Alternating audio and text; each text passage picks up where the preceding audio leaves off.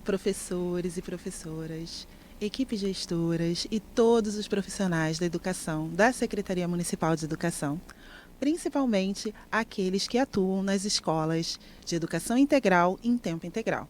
Eu sou Luciane Souza e atuo na Gerência de Educação Integral, que tem entre seus objetivos instituir os valores e princípios da educação integral, pensando na concepção de educação integral e na multidimensão do sujeito, né? Pensando que a educação integral integra a parte física, intelectual, social, cultural e emocional dos sujeitos.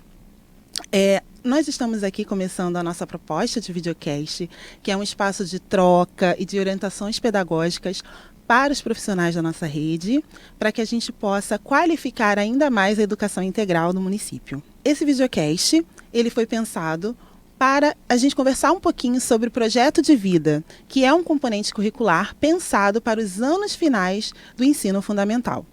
E eu estou aqui com muita alegria recebendo dois profissionais da nossa rede, que são a Adriana Braga da Silva, que é gestora da Escola Municipal José Clemente Pereira, na 7ª CRE, e também o professor Vinícius de Castro Lima Vieira, que é também professor nessa mesma unidade escolar, que é a José Clemente Pereira.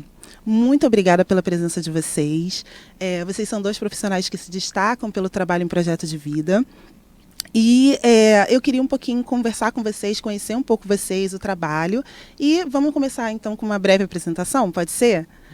A Adriana é gestora, né, da unidade escolar. Eu queria que você falasse um pouquinho sobre você, sobre essa trajetória e como como é que o projeto de vida participa da sua trajetória profissional. Muito obrigada pela oportunidade. Obrigada, né, pela vinda aqui para a gente expressar um pouquinho do nosso trabalho, da nossa vivência profissional. Muito obrigada, muito prazer estar aqui.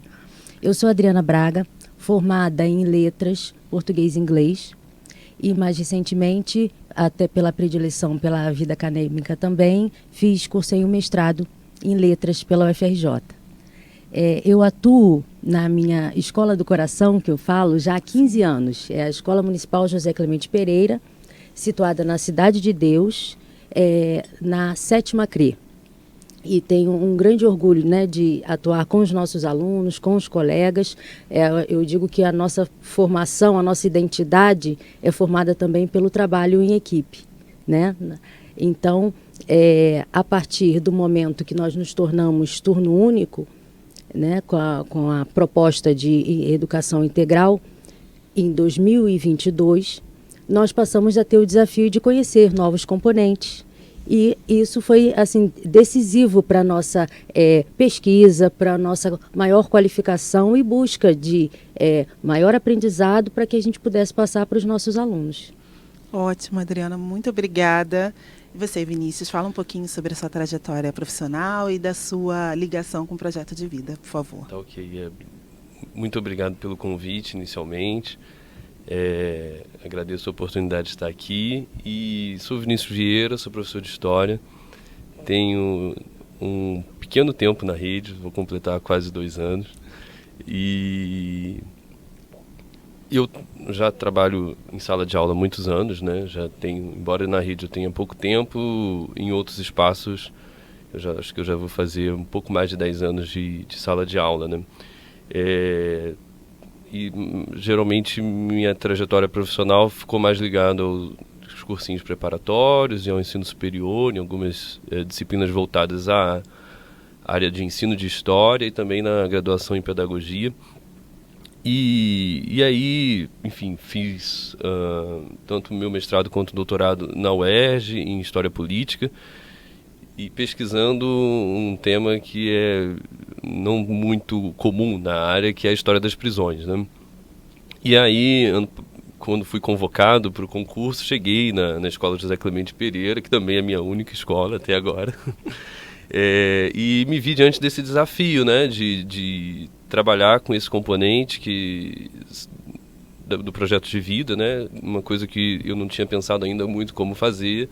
E aí comecei a conversar com muitos colegas, comecei a conversar com os colegas da escola, colegas de outras unidades, para ver o que eu podia fazer, como é que eu podia estabelecer um projeto de trabalho que fosse bacana para os meus estudantes, né, e para as minhas estudantes e para mim também, né? E aí, desde então, nesse curto período, a gente tem tentado construir um projeto, tentado construir um programa de trabalho para que levar adiante esses espaços para eles, né, de discutirem, pensarem em algumas questões diferentes, enfim. E é um projeto que ainda está em construção, né, lógico. E também, eu queria só destacar isso, né, até por ter uma trajetória acadêmica, fazer parte de grupos de pesquisa e tal, mas eu não sou nenhum especialista em currículo, né, nessa área das disciplinas, enfim, dos componentes curriculares. Então eu vou falar mais de um experimento, né, eu sou um experimentador que está experimentando umas práticas. E então as minhas respostas vão ser bem nesse sentido, de quem está experimentando alguma coisa, né? Enfim. Sim, ótimo, Tá. ótimo. Muito obrigada. É muito interessante conhecer um pouquinho da trajetória de vocês, conhecer um pouquinho do trabalho de vocês.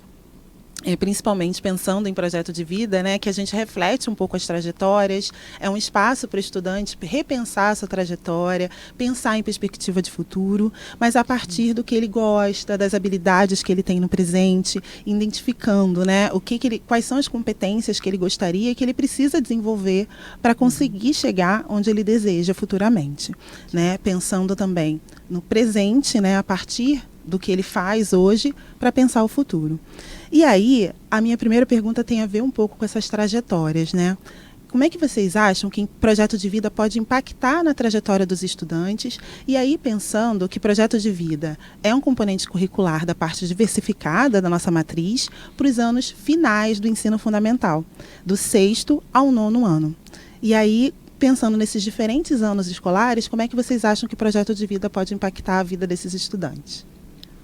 Bom, por exemplo, eu acredito que 6º e 7º anos representam o início de uma jornada, né, de pensamento, de reflexão dos alunos para a sua própria vida, né? Eles, por vezes, eles acham assim, nossa, mas pensar no futuro está tão distante.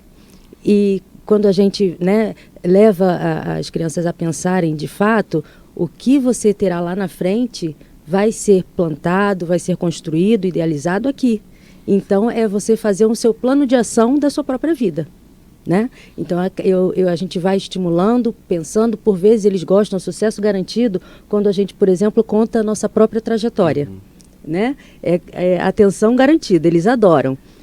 Porque aí, nesse momento, nós falamos que nós chegamos, né, à sala de aula como professores, mas também fomos alunos, passamos pelos desafios, né, muito semelhantes aos deles também, e eles têm uma identificação, uma atenção, um carinho ao nos ouvir nesse momento. E já 7º e 8º e 9º, por exemplo, eu acredito que seja um momento em que a gente já fala com alunos mais maduros e que vão se deparar, por exemplo, com oportunidades de jovem aprendiz, né, oportunidades de estágios, por exemplo, e a idealização do que será o ensino médio, né? Então, eles já podem atuar em sala de aula com atividades mais críticas, atividades em que nós levemos reflexões né, mais do dia a dia, notícias, por exemplo, em que eles possam se colocar, debates, por exemplo, né, são atividades bem interessantes nesse momento para eles. Muito legal, Adriana. Entre o que você trouxe, assim, eu achei bem interessante que você comentou, né, desse início dessa trajetória, de pensar no futuro, que às vezes a gente pensa como muito distante, mas nem está tão distante assim. E eu acho que o projeto de vida é um espaço, né, muito próprio para isso, é uma oportunidade nas escolas para que a gente consiga fazer uma reflexão que muitas vezes nós, professores, não tivemos essa oportunidade enquanto estudantes, né? Então, às vezes, a gente tem até, inicialmente, um pouco de dificuldade ou de resistência em entender a proposta, porque a gente não passou por isso, né? Então, uma outra ideia, uma outra concepção, né? Pensando no sujeito integral. E aí, dentro da integralidade do sujeito, é importante a gente pensar nas trajetórias, nas emoções e em outras propostas também. Sim. E você, Vinícius, como é que você acha que projeto de vida pode impactar os estudantes dos diferentes anos escolares? Então, eu acho que, fundamentalmente, né, pegando um pouco o gancho da resposta da Adriana, tentar construir com eles uma dimensão de longo prazo, né? Porque eu tenho para mim que a gente, e eu acho que tem bastante estudo sobre isso, né? Mas que a gente trabalha com uma geração muito imediatista, né? Não só uma geração, eu acredito que a gente está em tempos muito imediatistas, né? Mas essa geração que está sendo formada agora, eles estão ali sujeitos a estímulos imediatos e instantâneos o tempo todo, né? Basta abrir um celular que você tem ali uma série de estímulos que são curtos e muito efêmeros, né? E eu acho que um componente como esse pode nos ajudar a trabalhar com os nossos estudantes, né? A ideia de que existe um longo prazo, de que existe uma dimensão de futuro, né? E aí, como a Adriana falou, né? Que esse futuro é, em parte, construído pelas nossas ações no presente, mas também por um outro lado, que eu acho que é complementar a esse, né? Que uma expectativa de futuro acaba moldando as nossas ações no presente, né? Afinal de contas, se eu tenho a expectativa de fazer algo da minha vida, eu tenho que, imagino, trabalhar para isso, né? Então, eu quero ser um esportista, beleza, então o que eu vou fazer, o que eu preciso fazer agora para que esse projeto, para que essa expectativa em algum momento seja consolidada, né? Então, assim, eu falo mais do oitavo e do nono, né? Que são os anos que eu mais trabalho, né? Com o projeto de vida. E aí, assim, essa coisa também que a Adriana falou que eu acho fantástica, né? Deles conhecerem um pouco a nossa trajetória, né? E isso, uma das atividades que eu tenho tentado fazer nesse projeto de trabalho é que eles entrevistem os colegas, os professores, né? Os meus colegas. Às vezes acontece, às vezes não, enfim, depende de uma série de dinâmicas, né? Mas e deixar também o espaço para que eles façam perguntas para a gente, né? E é bem legal, assim, sempre tem uma troca muito boa e eles se surpreendem com alguma coisa, né? Então, no meu caso, eu não sou do Rio de Janeiro, nasci em outra cidade, eu vim para cá para estudar e tal. Então, quando a gente comenta isso, eles ficam, puxa, que legal, mas onde é essa cidade? Enfim, como é que é lá?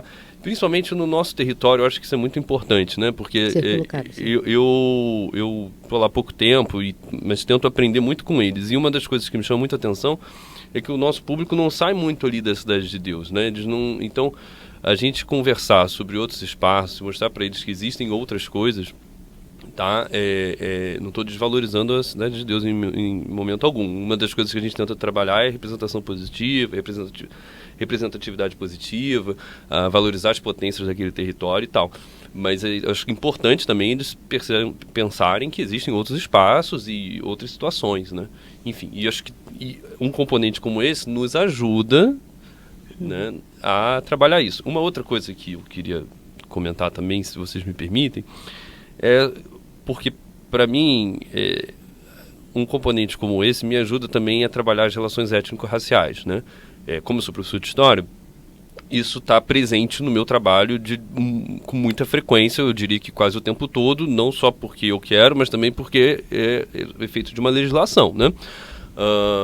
Mas quando a gente tem um componente como esse, ajuda você a trabalhar algumas questões mais detidamente. Uma delas, eu já disse, é a representatividade positiva, a ideia de formação de identidades. E no nosso espaço, no nosso território, eu também acho isso muito importante.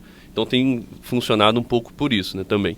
A gente ter momentos para pensar essas questões étnico-raciais dentro da sala de aula, dentro da escola. Eu acho bacana. Eu posso complementar um pouquinho o que você falou, Vinícius, por favor? Nós, por vivenciarmos, né, a Cidade de Deus todos os dias, a gente observa assim, a necessidade, principalmente, que eles sonhem, de que eles tenham sonhos. Então, a possibilidade dentro do componente projeto de vida é viável, né, na minha opinião, na atuação dos profissionais que lá atuam.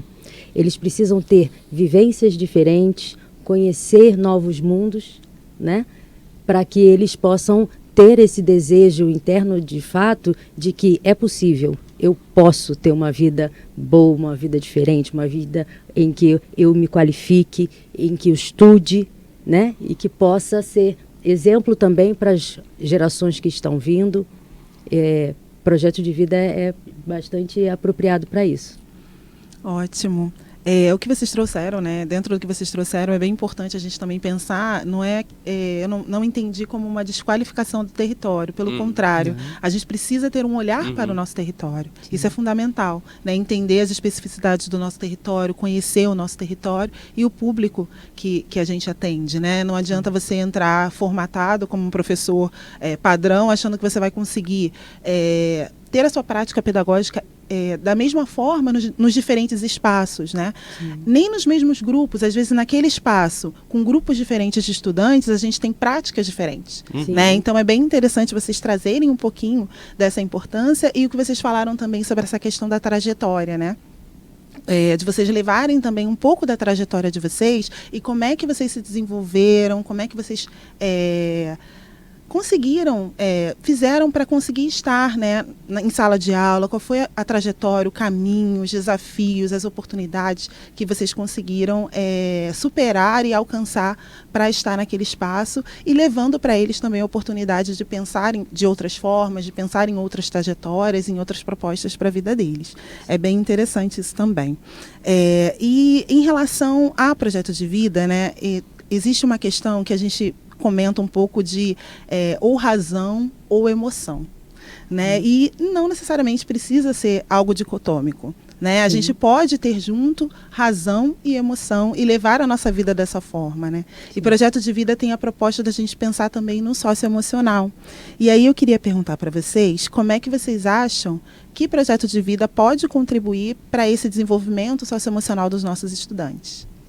Durante a minha jornada profissional, né, principalmente atuando lá na Cidade de Deus, eu observo que o aprendizado está diretamente relacionado à capacidade de controle mesmo das emoções, né? Quando o aluno é autorregulado, ele consegue se identificar, né, como aluno, consegue se identificar ele como pertencente, né, à nossa comunidade na escola, ele tem uma possibilidade muito maior de ser bem-sucedido, de ser, né, bem direcionado, né, para o aprendizado dele, para a vida, né, de um verdadeiro estudante. Então, eu penso que sim, que projeto de vida pode estar atrelado, deve estar atrelado às habilidades socioemocionais. Por exemplo, eles começam, né, já no 6º ano com atividades relacionadas à auto-identificação, né, o pertencimento à escola, à família, à comunidade, mas durante as suas aulas, né, ele passa a ter noções de sociabilidade, né, de como se relacionar melhor com os próprios colegas, em termos de respeito aos profissionais, aos funcionários.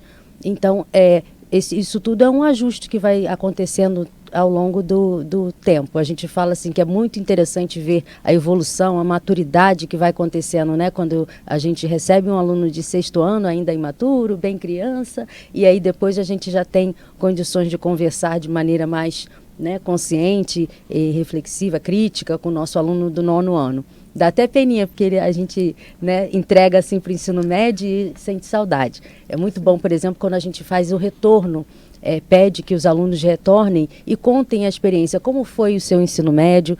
Por exemplo, alunos que estão voltando em visita e já ingressaram no ensino superior, né, e eles contam também todos os desafios, todos os entraves que aconteceram, né, no trajeto. É fascinante. Você, Vinícius? Então, dentro daquele programa de trabalho que a gente está construindo, né, para enfrentar o componente curricular e fazer dele proveitoso para todos nós, né, existem alguns eixos, né, temáticos, e o primeiro deles é justamente a ideia de fazer o que eu já chamei de dicionário das emoções e de inventário das emoções. Ainda estou decidindo qual é o nome melhor, até se alguém puder me ajudar, por favor. Estou na dúvida ainda. E aí a ideia é a gente, enfim, num primeiro momento, trabalhar as emoções, né? Então, a gente seleciona determinadas emoções, aí eles sempre falam assim, vai ser tipo divertidamente. Eu falo, não, calma gente, a gente vai ser um pouquinho mais modesto, né? E a gente seleciona algumas emoções, a gente trabalha inicialmente uma definição do que é essa emoção, Essas definições normalmente eu pego de um livro chamado Emocionário e faço uma adaptação, e aí a gente trabalha em sala, né? O que seria essa emoção. E depois a gente faz algumas dinâmicas pensando as situações, tentando identificar as situações em que a gente já presenciou aquela emoção em nós mesmos, né? E como a gente lidou com isso, né? Então, por exemplo, a primeira é sempre prescrita por mim, né? Eu sempre, nesse caso, eu determino a primeira até pra gente começar. Então, sempre é raiva. Depois eu posso até explicar por que é raiva.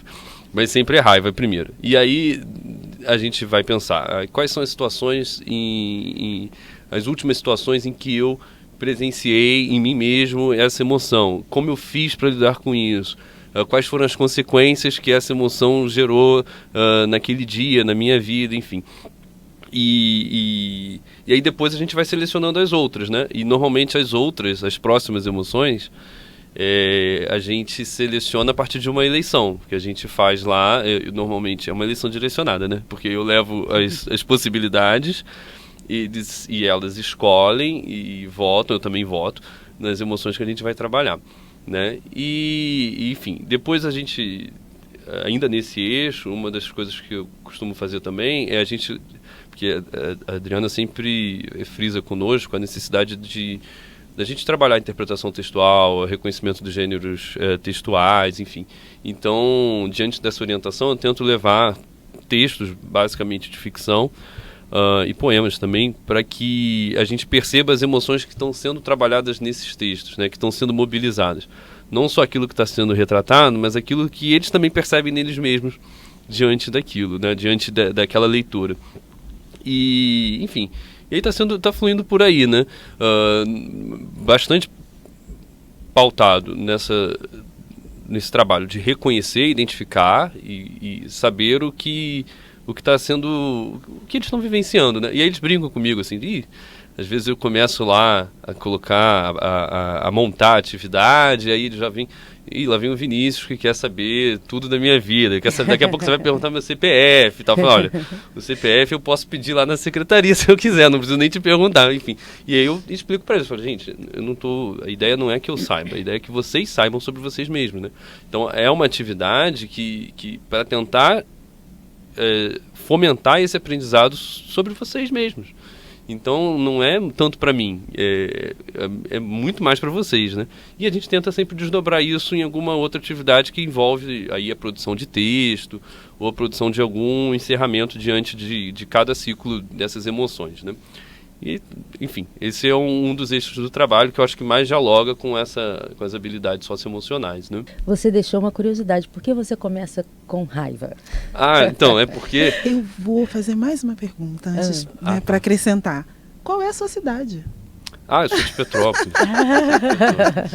E por que a raiva? Então, a raiva é porque a gente escuta muito eles falando lá assim, tô cheio de ódio, não sei o que, tô com ódio. E de fato, né, eu estou trabalhando com oitavo e nono, mais especificamente, né? E, de fato, eles estão com ódio de tudo, né? Quando eu tinha a idade deles, eu acho que eu também tinha, né? Então, e aí a gente, para identificar isso, né? Então, o que está gerando raiva e como a gente lida com raiva, né? Enfim, então é por isso que eu começo. E eles cobram às vezes também, assim, quando a gente fica muito tempo em emoções que são negativas, né, ou eles cobram assim, vamos falar de alguma coisa boa, né? Aí na próxima seleção a gente tenta selecionar e direcionar lá as possibilidades da votação para emoções que são mais positivas, né? Enfim. Interessante, assim, a gente conversa um pouquinho sobre o socioemocional, que é uma das dimensões do sujeito integral, né? É bem interessante. A Adriana trouxe um pouco dessa questão do controle emocional, da autorregulação, né? E quando a gente fala do controle, a gente não está falando de uma repressão, e sim de você entender e desenvolver, que foi dentro mesmo do que você falou, né? De entender e desenvolver, o controle ele está dentro de você entender o que está acontecendo, qual é a emoção que você está sentindo e como é que você vai lidar com aquilo, né? E aí a questão também da emoção positiva e negativa, né? Porque tem mais a ver com o que a gente vai dar como resultado daquela emoção, né? Como a gente vai reagir àquela emoção, do que da própria emoção em si. As emoções, elas existem, né? Elas fazem parte da nossa vida, fazem parte do nosso dia a dia, enfim. E o Vinícius também trouxe, além da gente conversar um pouquinho sobre o socioemocional, ele falou também de práticas, né, das práticas que ele realiza, né? Isso é muito importante para quem está nos acompanhando, entender também de forma prática o que pode ser feito, como pode ser feito, e eu achei uma contribuição assim muito relevante para a nossa conversa de hoje. Eu só consigo falar de experimentos nessa posição, porque assim, eu não tenho ainda um domínio teórico que eu até gostaria de ter para tratar do assunto, mas os experimentos que surgem assim a partir das conversas, né, dos colegas, conversas como essa aqui, né? E aí a gente vai pescando, vai se inspirando em algumas práticas, em outras coisas, e aí vai montando, e óbvio com o próprio retorno dos estudantes também, né?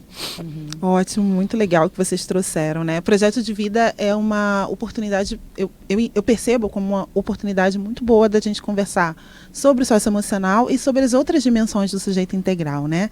É um componente curricular que ele faz parte, né, da nossa matriz, pensando agora nas escolas de educação integral. Elas têm os componentes diversificados, né, que são aqueles componentes que eles estão alinhados à BNCC, que eles estão integrados à BNCC e que qualificam o tempo integral. Porque, às vezes, quando a gente pensa na educação integral, a gente pensa nesse aumento do tempo. Né? A gente até... durante muito tempo a gente usou o turno único, né? Mas não é só um turno único, é um aumento de tempo e um aumento da qualidade desse tempo. Então, de repente, não é para eu aprender mais matemática, é para eu aprender outras coisas dentro do ensino da matemática, né? Então, é muito importante a gente entender a concepção de educação integral, entender que você tem a parte física para desenvolver também na escola, que todos os espaços da escola, eles são espaços educadores, né? Então, é importante que a gente qualifique esses espaços, que qualifique as nossas práticas, e Projeto de Vida, entre outros componentes curriculares, ajudam a gente a qualificar esse tempo estendido. Em relação, né, a partir dessas práticas pedagógicas que o Vinícius trouxe, também da experiência da Adriana como gestora, eu tenho mais uma pergunta para vocês, que é a gente pensar um pouquinho o que vocês entendem como os desafios e oportunidades de Projetos de Vida. Bom, na nossa escola, por exemplo, como eu falei, nós somos turno único desde 2022. E a descoberta, né, de que teríamos projeto de vida como um componente chegou para a gente como, na verdade, um desafio. Do que se trata? De que maneira nós vivenciaremos no dia a dia, né, esse componente? Né? E somos habilitados, temos formação necessária, né, suficiente para oferecer ao nosso aluno essa realidade. E a partir desse momento, na época eu era coordenadora pedagógica. Eu vivenciei lá 4 anos, né, na coordenação pedagógica, e a partir daquele momento eu procurei, nas reuniões, ouvir os professores, né, claro, alinhada aos documentos que já surgiam para nós, como mentas, por exemplo, mas eu procurei ouvir os professores no sentido de que maneira eu vou também tornar o trabalho deles mais leve, né, mais rico. Então, a partir desse momento, por exemplo, eu procurei fazer dentro do drive da escola pastas com atividades diversas, né, colhidas de diferentes fontes, mas que pudessem também ser ali um manancial de oportunidades para os professores, para que eles pudessem, num sentido de compartilhamento, de que todos pudessem ter acesso em prol do aluno, né, para que as aulas fossem mais plurais, fossem diversas. Então, é a oportunidade, sim, na minha concepção, de buscar novos projetos, novos recursos. Para mim, é nesse sentido que funciona. E um desafio que a todo momento a gente está aprendendo. Né? Esse perfil que a gente tem, assim, que a gente gosta de academia, gosta da pesquisa, faz com que a gente, né, sempre busque mais, sempre há um material novo, sempre há algo a pesquisar e oferecer às crianças. Em relação a oportunidades e desafios, o que você acha, Vinícius? Então, vou começar falando dos desafios, eu acho, né? E eu tenho a percepção de que o principal desafio, que envolve não só o projeto de vida, mas eu acho que a maior parte das disciplinas diversificadas é um aspecto, digamos, da cultura escolar que está muito presa ainda, né, centrada na ideia de nota, né, na ideia de um conceito, de um grau, enfim. E eu acho que esse é um desafio, né, a gente vencer essa barreira de que a gente vai à sala de aula, né, enquanto estudante, né, para ganhar uma nota, né, e não necessariamente para atuar na nossa própria formação, né. Então, isso para mim é um desafio, de você pensar aquilo ali não... olha, eu vou me engajar nessa atividade não porque ela de repente vale uma nota, mas sim porque eu acho que ela é importante para mim. Então, como é que você produz esse sentido no que você está fazendo na sua prática para que o estudante e a estudante vejam que aquilo ali é importante para eles, né? E isso é muito difícil, muito desafiador, né? Eu diria, né? Porque isso envolve esse aspecto central, que é um aspecto cultural, né? E a gente não, certamente, vamos voltar lá ao longo prazo, né? Eu acho que isso não vai ser do dia para a noite, do ano para o outro, de um semestre para o outro, que a gente vai conseguir enfrentar esse desafio. Isso é uma construção de longo prazo, né? Mas me parece que aí tem uma série de oportunidades, né? Então, uma delas é indo bem na direção que a Adriana colocou, e os drivers, as pastas lá da escola sempre me ajudaram muito na hora de construir, de pensar isso, né? Em termos de oportunidades, acho que a ideia é também que a gente fomente essas experiências diversas na formação dos nossos alunos e das nossas alunas, né? E pensando bem nessa lógica da educação integral, né, que não é o turno integral, né, o período integral, né, e sim a formação mais holística daquele indivíduo, né, que eu acho que se a gente for pensar, e aí vou puxar um pouco a sardinha para a história, né? Mas se a gente for pensar na história das ideias pedagógicas, né, você tem os grandes educadores, reconhecidamente, assim, que se engajaram nisso, o Anísio Teixeira, o Darcy Ribeiro, falavam de uma educação integral. Mais do que o tempo integral, é uma educação que vai dar conta de várias dimensões, porque daí a gente acaba, e eu acho que essa é a grande oportunidade, né, resumindo, tentando deixar a minha fala um pouco mais transparente, mas a gente tentar ir além um pouco daqueles saberes que foram tradicionalmente escolarizados, né? Porque me parece que os currículos existem enquanto contingências, né? Não é porque história esteve presente na minha formação, na sua, né, da Adriana, que ela vai precisar estar sempre, ou que só vai se resumir em história, geografia, língua portuguesa, matemática, enfim. Os saberes são escolarizados e eles estão em disputa, né? Então, criar essas oportunidades, eu acho que de experimentação, né? De tentar fazer com que a gente pense outras coisas, eu acho que é a grande oportunidade. E aí a gente pode abrir para uma série de questões, né? Uma série de vivências, né? Então, assim, nas conversas que eu tive com alguns colegas, as práticas de relaxamento, as práticas de pensar o próprio corpo, né? E o próprio uso da tecnologia, como é que a gente faz, por exemplo, um videocast, um podcast, que é uma linguagem que eles super entendem, né? Um TikTok, enfim. Eu acho que são todas possibilidades de experimentação desses componentes curriculares diversificados, né? Muito legal que vocês trouxeram. Em 2023, a Gerência de Educação Integral lançou, né, um material, um documento orientador para a rede, trazendo um pouquinho da concepção de educação integral, em tempo integral. Até vocês trouxeram um pouquinho dessa questão do tempo integral e do turno único, né? Então, a ideia mesmo da educação integral é pensar nessa multidimensão dos sujeitos, que é diferente do turno único, que era uma proposta de ampliação de tempo, né? Então, agora a gente fala também que existe também educação integral, mesmo no tempo parcial, porque é uma educação que é pensada para essas dimensões do sujeito, para física, para emocional, para social, e aí isso pode também acontecer num turno menor, né? Então, com o lançamento desse material, esse documento orientador, ele foi pensado numa proposta de 2 cadernos, né? A gente tem um caderno norteador da educação integral, de uma forma geral, e aí ele tem 7 capítulos, né? O primeiro fala de educação integral, depois tem um capítulo também que fala sobre currículo, matriz curricular e PPP, formação continuada, avaliação e monitoramento, planejamento docente, espaços e gestão escolar.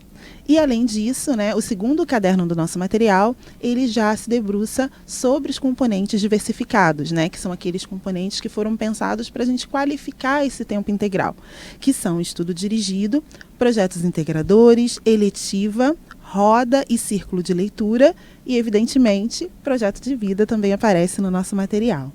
E aí eu queria perguntar para vocês, como é que vocês acham que um documento orientador ele pode ajudar na nossa prática, no nosso dia a dia e os profissionais de educação da nossa rede? Eu observo assim, o documento orientador como um norte, né? Ele nos proporciona uma base para a nossa jornada, né, de trabalho no dia a dia. Eu acho importante conhecê-lo. Por exemplo, eu participei, como já sou, né, um pouquinho antiga na rede, eu participei do GT de língua portuguesa.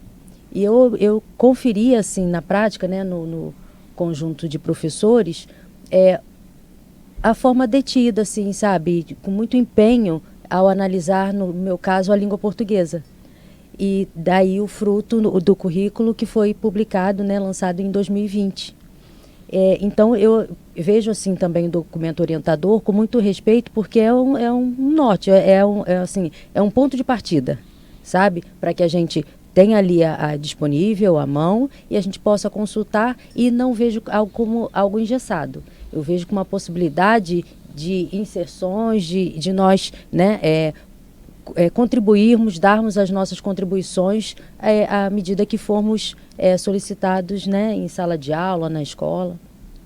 Você, Vinícius, o que você acha da gente ter um documento? Eu vou na mesma linha, assim, porque, novamente, pensando na minha atuação, nas minhas práticas, né, eu imagino que a existência de um documento como esse, né, meio que direciona um certo caminho, no meu caso, principalmente pensando nas modulações que eu preciso fazer para quando mudar os meus públicos, né? Então eu tenho um trabalho muito voltado para o 8º e para o 9º ano, mas se um dia eu precisar, e eu imagino que isso vai acontecer, trabalhar com o 6º e com o 7º, eu preciso fazer algumas modulações, né? Então eu acredito que a existência de um documento como esse me ajuda a pensar um pouco quais são as adequações que eu preciso fazer para que aquilo esteja e para que aquilo seja viável, né, para trabalhar com esse outro público, né? Então acho que é bem importante nesse sentido também, né? Não só, como a Adriana falou, também concordo plenamente com a ideia de você também usar para se inspirar, né? Enfim, e aí os usos são diversos, né? É importante que tenha, e eu acho que é fundamental também, contribui bastante. Ótimo, Vinícius, obrigada. A Adriana trouxe até da participação dela, né, já em GTs para produção de material. Então, o nosso material ele foi produzido, né, com a participação de vários professores das 11 CREs, né, e também das áreas aqui da Subsecretaria de Ensino, né, aqui do nível central, da Secretaria Municipal de Educação, e também com a participação de gestores e comunidades escolares. Então, ele apresenta também boas práticas, orientações, sugestões, né, ele traça os objetivos de cada um desses componentes curriculares e também apresenta como é que esses componentes estão alinhados à BNCC, quais são as competências que cada estudante pode desenvolver a partir desses componentes curriculares. Para a gente encerrar a nossa conversa, a gente já está terminando o nosso bate-papo. Foi um momento muito agradável. Eu gostei muito de estar com vocês. Fico muito feliz dessa oportunidade da gente conversar sobre o projeto de vida, conversar um pouquinho também sobre a proposta de educação integral, sobre a concepção de educação integral na nossa rede. A gente poderia continuar conversando aqui durante muito tempo, mas nosso tempo é limitado. Então, quero agradecer muito a participação de vocês. Vocês foram chamados aqui porque vocês são profissionais engajados em projetos de vida, profissionais comprometidos com os estudantes. Então, é muito importante que a gente dê visibilidade para um trabalho de excelência que já está sendo realizado e que a gente possa também, a partir do trabalho de vocês, inspirar outros colegas, né, e ampliar a nossa conversa e a nossa troca sobre o projeto de vida. Para a gente terminar, eu vou pedir para vocês darem suas considerações finais. O que vocês querem falar para o nosso público? Eu quero já de imediato agradecer a oportunidade. Primeiro, suscitou na gente um medo, será que, né, estamos adequados, será que podemos? Mas agora a gente vê assim que pensar a nossa própria prática é algo, né, muito importante. Nos faz ter a certeza de que há muito a aprender e que nós temos garra, né? Temos vontade agora de voltar lá para a nossa área de trabalho, que é a Cidade de Deus, na Escola Municipal José Clemente Pereira, e ofertar ainda mais para os nossos alunos. Eu quero, assim, já render toda a minha homenagem à nossa equipe, que é uma equipe aguerrida, né? Assim, muito guerreira, muito participativa e que procura a todo instante oferecer o que há de melhor. Então, né, para os nossos alunos, e é muito satisfatório quando a gente recebe o retorno de familiares, de ex-alunos, e que falam, nossa, eu tenho saudade da escola, eu aprendi bastante, obrigada, né, pela contribuição que vocês deram na minha vida. Então, isso dá, assim, uma satisfação enorme para a nossa certeza de que a gente está num caminho positivo. Muito obrigada, Adriana. Você, Vinícius. Eu queria mais uma vez agradecer a oportunidade de estar aqui, e além de agradecer também parabenizar a iniciativa desse trabalho, né, de realizar um podcast, um videocast, que é uma linguagem super atual, e eu acho que é uma oportunidade da gente pensar junto, como a Adriana falou, as nossas próprias práticas, né? E também agradecer a equipe da Multirio que nos recebeu tão bem aqui hoje, nessa manhã. E assim, eu tenho muito pouco tempo de rede, né? Então eu ainda me perco às vezes nas siglas, eu me perco nos caminhos internos, assim, mas e fui muito bem acolhido lá pela equipe da José Clemente Pereira. O pessoal me recebeu muito bem nesse tempo que eu tô lá. E eu acho que uma oportunidade como essa é a gente visibilizar o trabalho que vem sendo feito, mas também de pensar junto, né? Não só de tentar inspirar, mas também de ser inspirado, né? Então é bom pensar junto, né? Eu acho que a gente vê que a gente tem coisas que a gente pode ajustar, tem coisas que a gente pode aprender com outras pessoas e eu acho que uma iniciativa como esse podcast é muito bem-vinda nesse sentido. Então eu agradeço muito a oportunidade de estar aqui e parabenizo vocês pela iniciativa. Muito obrigada novamente a vocês e aproveito também para mandar meu carinho, meu abraço para toda a comunidade, né, a comunidade escolar da José Clemente Pereira. Vocês estão aqui representando um grupo que eu tenho certeza que trabalha também em prol da nossa educação. E eu quero muito agradecer a vocês que permaneceram aqui com a gente até agora, conversando. Lembrando que esse é o primeiro momento de 2 videocasts que a gente pensou para falar sobre o projeto de vida. A gente encerra esse primeiro momento aqui. Mas não precisamos encerrar a nossa troca, a nossa conversa. Eu deixo para vocês o nosso e-mail, que é educaçãointegral@rioeduca.net. É um espaço também, é um lugar onde vocês podem trazer sugestões, propostas, críticas também, para que a gente consiga caminhar pela educação integral na nossa rede. Muito obrigada a vocês, muito obrigada a todos que nos acompanharam e até a próxima.